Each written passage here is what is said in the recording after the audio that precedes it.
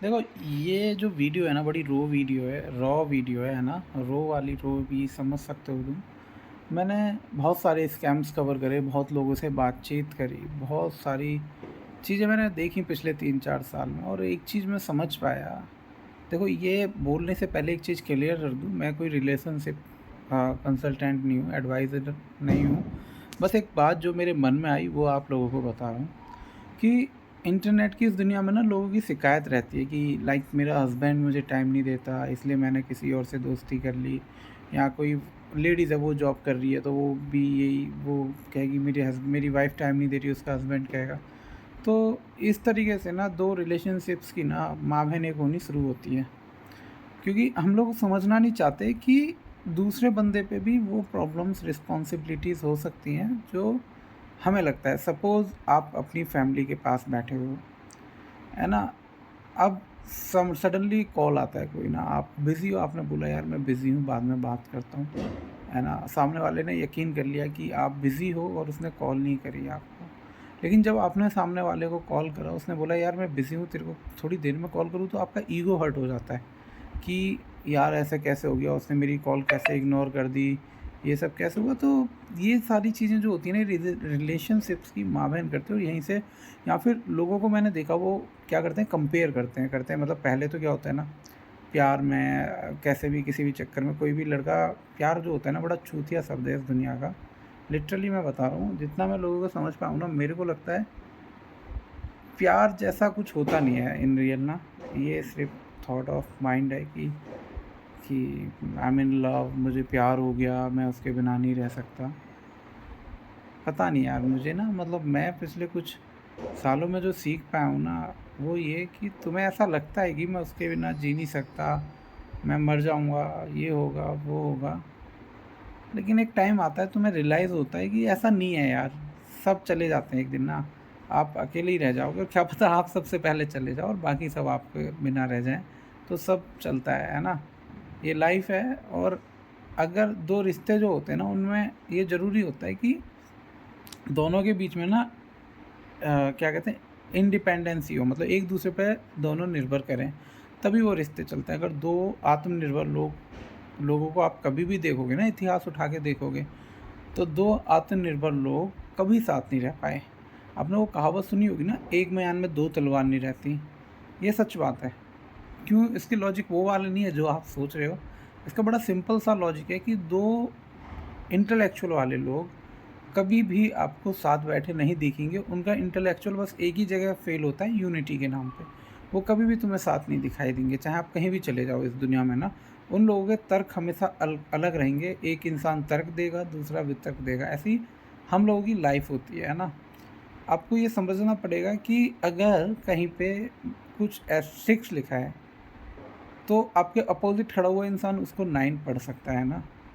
और ये सारी बातें मैं क्यों बता रहा हूँ, क्योंकि मैंने रिसेंटली फ़ील करा लोगों के जो साथ स्कैम होता है ना, वो होता है या तो उनको उनका हस्बैंड टाइम नहीं दे रहा होता है, या वाइफ़ बिज़ी होती है, या कोई एक बेटर ऑप्शन। देखो, आप अगर अपनी लाइफ़ में बेटर ऑप्शन सर्च कर रहे हो ना, मेरी एक फ्रेंड है, वो ना अपने अपने लिए कोई एक लड़का ढूँढ रही है, तो she is searching for a best option. अब मैं आपको बताता हूँ होता क्या है, जब हम बेहतरीन और उस मिलने के बाद एक ऑप्शन चुनने के बाद फिर उससे बेहतर और उससे बेहतर चुनते हैं ना, तो लोग भी आपको चुनने लग जाते हैं एक टाइम के बाद, है ना? और जब लोग आपको चुनने लग जाते हैं ना, तो समझ लो आपकी वैल्यू गिरने लग गई है। और ये लाइफ़ है, ये ऐसे ही काम करती है भाई। आप इसको फिर कंट्रोल नहीं कर सकते। आप एक बार इस लूप में पड़ गए ना, तो फिर कुछ नहीं हो सकता। मैं जैसे मेरे पास सबसे ज़्यादा कॉल आती है महाराष्ट्र, नॉर्थ ईस्ट, या फिर बहुत सारी जगह से आती हैं जहाँ पे मैं लड़कियों से बात करता हूँ नॉर्मली ना। आंटी एज्ड होती हैं, जिनकी एज होती है 20-21 साल से लेके 40 के बीच की एज, मतलब 20 साल का ये जो ग्रुप है, ये मैं बता रहा हूँ आपको। अब सब लोग जॉब में बिज़ी होते हैं, सबको एंटरटेनमेंट चाहिए लाइफ में ना, कि हस्बैंड टाइम नहीं दे रहा तो कोई और पकड़ लिया, या आदमी लोगों को कि वाइफ टाइम नहीं दे रही तो कोई ऑफिस की कलीग वगैरह पकड़ ली। अब इस पूरे प्रोसेस में पता है होता क्या है, आप 2 लोगों की वजह से पूरा परिवार प्लस ज़्यादातर के बच्चे होते हैं, सबकी माँ बहन एक हो जाती है ना?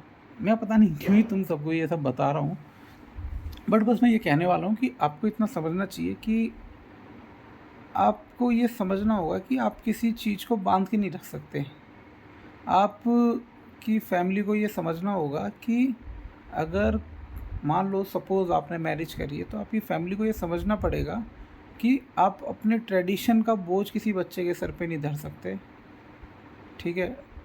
आपको ये भी समझना पड़ेगा कि परिवर्तन ही एकमात्र स्थिर चीज़ है इस दुनिया में जो हमेशा होगा।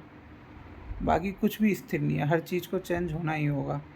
समझ रहे हो? आपको ये कुछ चीज़ें मैं बता क्यों रहा हूँ, क्योंकि देखो, अगर आप ये चीज़ें नहीं समझोगे ना, तो आज की जो डिजिटल एज है ना, इसमें किसी भी रिश्ते का चल पाना असंभव है। चाहे आप किसी साइकियाट्रिस्ट के पास जाओ, किसी फैमिली कंसल्टेंट वाले के पास जाओ, क्योंकि देखो उन सब का वो धंधा है, वो उससे पैसे कमाएंगे और तुम्हें उनको भी अपने बच्चे पालने हैं। देखो मैं मान लो मैं स्कैम्स की वीडियो बनाता हूँ, कभी कभी मेरे भी मन में आती है कि यार अगर स्कैम्स बहुत बड़े हो जाएंगे तो मैं तो पॉपुलर हो जाऊँगा, मुझे फिर यूट्यूब से पैसा मिलेगा, आता है मन में। अब कोई डॉक्टर है, ऑर्थोपेडिक है ना, ठीक है, वो हड्डी वड्डी जोड़ता है। अब भाई तुम्हारी हड्डी नहीं टूटेगी तो उसका घर कैसे चलेगा, उसके बच्चे भीख थोड़ी ना मांगेंगे। हार्ट सर्जन है, अगर मान लो भगवान लोगों को हार्ट अटैक ही देने बंद कर दे, तो भाई वो दूसरा अपने बच्चे कहाँ से पालेगा? समझ रहे हो? अगर इनकम टैक्स इंस्पेक्टर है, वो रेड मारने जा रहा है, अब बहन जो पूरा देश ईमानदारी से चलने लगेगा तो उसका घर कैसे चलेगा भाई? हालांकि उसको सरकारी वेतन मिलता है, बट सरकारी वेतन में कोई मर्सिडीज थोड़ी ना आती यार। तो तुम्हें समझना पड़ेगा ये सारी बातें। और हाँ, अगर तुम पर टाइम है तो ज़रूरी है तुम अपने परिवार को दो। अगर तुम अपने परिवार को टाइम नहीं दोगे ना, तो कोई और देगा। जैसे अगर तुम्हारे बच्चे हैं ना, तो तुम्हें उनको टाइम देना चाहिए, उनका दोस्त बनना चाहिए, उनके साथ बातें शेयर करनी चाहिए। वो जो बैरियर होते हैं ना कि समाज क्या कहेगा, कौन क्या कहेगा, अपने बच्चों को उससे दूर रखो। समाज अपनी, ठीक है, समाज कुछ नहीं होता भाई। तुम आत्महत्या कर लो कल को, मैं बताता हूँ तुम्हें, वो साले उसमें भी जो आएंगे ना तुम्हारी तेरहवीं खाने, मैं भगवान की ही कसम खा रहा हूँ, क्योंकि मुझे लगता है वो पावरफुल बंदा होगा, कोई बैठा होगा। हालांकि आधे लोग भगवान की पूजा इसलिए करने जाते हैं क्योंकि फटती है कि अगर मैं मंदिर में गया और मैंने सिर नहीं झुकाया है, ये नहीं करा, तो भगवान मेरे साथ बुरा, मतलब ऐसी ऐसी सोच होती है। मैं लिटरली बता रहा हूँ, आधे लोग इसलिए जाते हैं मंदिरों में दान करने। मैं क्या ही बताऊँ यार तुम्हें, मैं वैसे पंडित ही हूँ, मैं बता दूँ जिसको नहीं पता ना, पर मैं अज्ञानी पंडित हूँ। मुझे अपने वेदों का या किसी चीज़ का कोई ज्ञान नहीं है। इसमें मेरा जितना फॉल्ट है उतना, ठीक है। तो यही सारी बातें मैं तुम्हें बता रहा हूँ कि तुम्हें अपने बच्चों को टाइम देना चाहिए, अपने परिवार को टाइम देना चाहिए। तुम्हारे पास है, किसी की बातों में मत आओ। आपको समझना पड़ेगा कि अगर आपका हस्बैंड कमा रहे हैं, आपकी वाइफ कमा रही है, मैं बायस नहीं हूँ, कोई भी कमाओ, लेकिन आपको एक चीज़ समझनी पड़ेगी कि अगर वो उन सभी लोगों को टाइम नहीं देगा ना जो ऑफिस में है, तो कल को उसको बहुत सारे कॉन्सिक्वेंसेस फेस करने पड़ेंगे। उसकी सरकारी नौकरी नहीं है तो आपको समझना पड़ेगा कि उसको कल को कोई भी कंपनी से निकलवा देगा, अगर उसके पास स्किल्स नहीं है, उसके अच्छे लिंक्स या बॉन्डिंग नहीं है, और वो चीज़ों में उसको टाइम इन्वेस्ट करना पड़ेगा। ये रूल है। एक और चीज़ मैंने नोटिस करी ना, आजकल बच्चे, पेरेंट्स जो होते हैं ना, वो बच्चे को अपनी इन्वेस्टमेंट समझते हैं कि ये जो है मेरा बच्चा है, मैंने सारा इसी में लगा दिया, अपना निवेश कर दिया। तो मैं एक बड़ा फैक्ट बताता हूँ, जो भी आप में सब पेरेंट्स बन रहा है या बनने वाले हैं, अगर आप अपने बच्चों को एक इन्वेस्टमेंट की तरह समझोगे ना, तो ये फैक्ट है कि वो जब बड़े हो जाएंगे ना, वो आपको एक लाइबिलिटी की तरह लेंगे, क्योंकि आप ना उनके ऊपर बहुत सारी जिम्मेदारियाँ, अपने सपने सब डालते जाओगे। और जब डालते जाओगे, कुछ बच्चे उस बोझ के तले दब जाएंगे, कुछ उठ जाएंगे, कुछ बदल जाएंगे, कुछ इतने कठोर बन जाएंगे कि आप कहोगे यार ये कैसी औलाद हो गई मेरी। मैं बहुत लोगों से बात करता हूँ सर, मैं एक तरीके से ना फ्री कॉल सेंटर रन करता हूँ, और मैं लड़कियों को एक चीज़ बताता हूँ, इसके ऊपर मेरी पूरी वीडियो भी आने वाली है। मैंने एक स्कूल में अभी सेमिनार करी, तो उस स्कूल में कुछ बातें हुई, तो मेरे मन में एक बात आई कि एक वीडियो बनाऊँ कि एक्चुअल में किसी भी लड़की को इंटरनेट पे या मैडम को फंसाने में, मैडम मतलब कोई टीचर नहीं कह रहा मैं, मैम मतलब कोई भी मैम, लड़की जैसे आप कोई फीमेल अगर ये वीडियो देख रही है, तो उसको फंसाने में कितना टाइम लगेगा। तुम यकीन करोगे, मैं तुम्हें कुछ चैट दिखाऊंगा अपनी वीडियो में आने वाली में, 3 घंटे स्क्रिप्टेड कम्युनिकेशन, 10 में से 10, मैंने 10 लड़कियों से बात करी, जिसमें से कुछ मैरिड थी, 7 मैरिड थी, 3 अनमैरिड थी। वो 10 में से 10 की 10 ना, लिटरली बता रहा हूँ, वर्चुअल फ्रेंड बन गई। उन्होंने अपनी फैमिली की सारी डिटेल दे दी जो साथ थी, कि उनके हस्बैंड क्या करते हैं, किस दिन उनकी छुट्टी होती है, कब घर आते हैं, कब घर जाते हैं, कैसे हैं, कितनी सैलरी है, क्या कमाते हैं, कितना उनका ध्यान, मतलब एक पॉइंट पकड़ा, उसी को आप कुरेदते चले गए और बस उसमें से क्या करना होता है स्कैमर्स को, लोगों को ना आपकी आपकी खामियों को भी ना अच्छाई बतानी होती है उनको आपकी, और आप खजूर के झाड़ पे चढ़ जाती हो।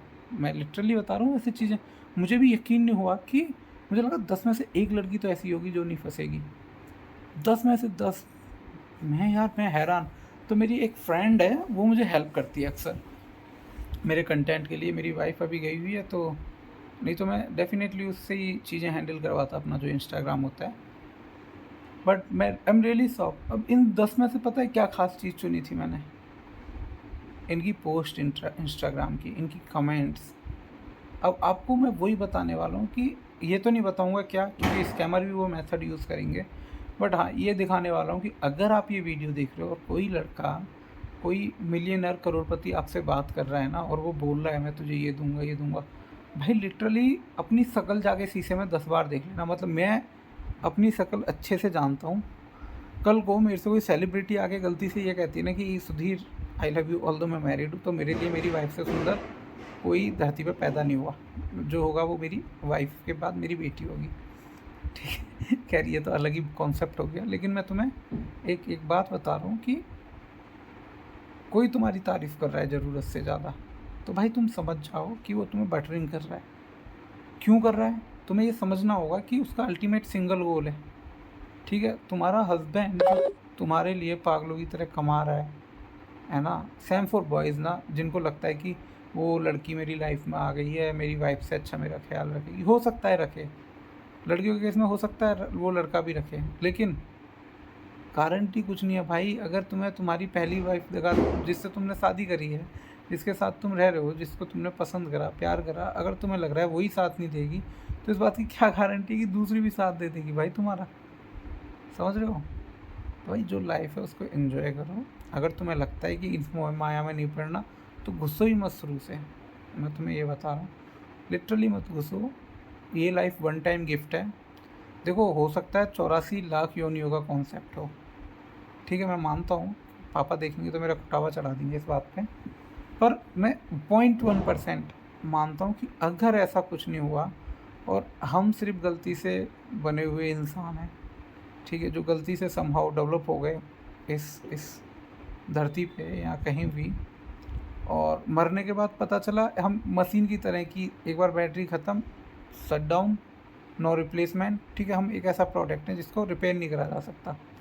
पता चला सो गए हम परमानेंटली, हमें कुछ पता ही नहीं है दुनिया में क्या चल रहा है ना? मतलब समझ रहे हो तुम कि अगला जन्म तो पता ही नहीं होगा, नहीं होगा।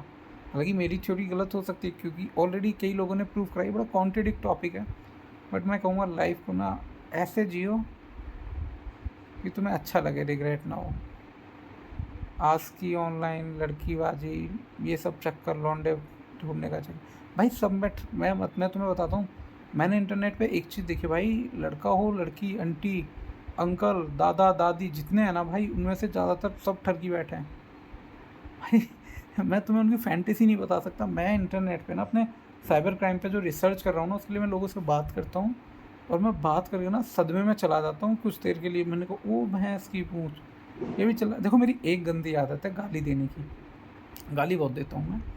इसके अलावा मेरे को खुद पे इस बात का गर्व है कि मेरे अंदर कोई गंदी आदत नहीं है, ठीक है। इस चीज़ के लिए मेरे को खुद पे बहुत बहुत बहुत प्राउड है कि मेरे अंदर और कोई ऐब नहीं है गाली देने के अलावा। गाली देना, दूसरा मेरी लड़ाई में बीपी बहुत जल्दी बढ़ जाता है तो हाथापाई में घूम जाना, बाकी कोई ऐब नहीं है। बंदा अच्छा हूँ। रिसेंटली किसी ने मुझे मेरी बहुत सारी कमियां बताई हैं बट कोई नहीं गाइज, अपने परिवार को टाइम दो। और अगर आपके घर से कोई बाहर काम पे जाता है, उसकी जो ये काम है, तो आप ये समझो कि ये उसकी जिम्मेदारी है, तभी वो आपको अगले दिन का खाना दे पा रहा है ला के। चाहे वो आपके फादर हों, हस्बैंड हों, भाई हों, आपकी वाइफ हो, आपकी सिस्टर हो, कोई भी जा रहा है, आपको ये समझना पड़ेगा। उसको ऐसा नहीं है वो जाएगा जाएगी ऑफिस में जाके उसको बोलेगा बॉस की ठीक है ले लो। खूब गांड मारते हैं भाई वहाँ लिटरली ऑफिस में ना, मैं तुम्हें बताता हूँ, खूब मारते हैं भाई बंदे की। कोई नहीं बताता घर आके कि मेरी इतनी एस्तेसी करी, और वो भी फिर दूसरे बंदे की एस्तेसी करता है। सिंपल सी बात है। मैं जब अभी जॉब कर रहा था जिस कंपनी में, तो 10 से 6 का टाइम था, लेकिन वहाँ पे मेरे को रात को 2-2 बज जा रहे थे भाई घर आने में। मेरा जिस दिन एक्सीडेंट हुआ ना बाइक से, तो मैंने उनको मैम को बताया ना, मैम आज मैं सर्वर इंस्टॉलेशन के लिए नहीं जा सकता। तो वो मैम पता है क्या कहती हैं? कहती हैं सर आपको जाना पड़ेगा, नहीं तो हम आपको टर्मिनेट कर देंगे। मैंने कहा मैम मेरे ब्लीडिंग हो रही है लेफ्ट हैंड राइट हैंड से, और मेरा जो नी है वो ये घुटना ना ये वाला ये इंजर हो गया है पूरा, मतलब छिल गया था पूरा, फट गया। कह रही सर अगर आप चल पा रहे हो ना तो चले जाओ, नहीं तो इसकी पेनल्टी मार्क हो जाएगी आपके ऊपर। समझो अब। घर वालों का कॉल आया, कह रहे कहाँ है? मैंने कहा ओवर टाइम कर रहा हूँ। एम्स दिल्ली में पड़ा था उस टाइम में। अभी की बात है, 2 महीने हो गए शायद इन बातों को, या 1.5 महीना।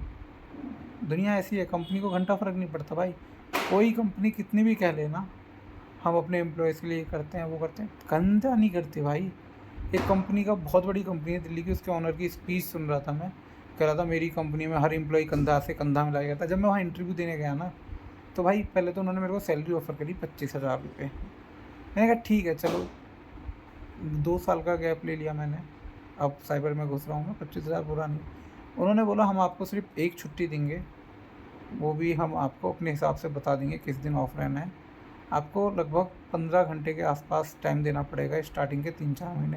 मैंने कहा मैडम इसको बंधुआ मजदूरी कहते हैं, इसको नौकरी नहीं कहते, समझ लो। और वही मालिक कंपनी का इंटरव्यू में बोलता है, कहता है कि हम अपनी कंपनी का हर एम्प्लॉय की फैमिली, अरे भाई मैं, मेरी फैमिली बचेगी कहाँ जब मैं 15 घंटे नौकरी कर रहा हूँ तो भाई किसी को टाइम मत दो, खुद को दो, खुद के बाद अपने टाइम बचता है तो अपने परिवार को दो।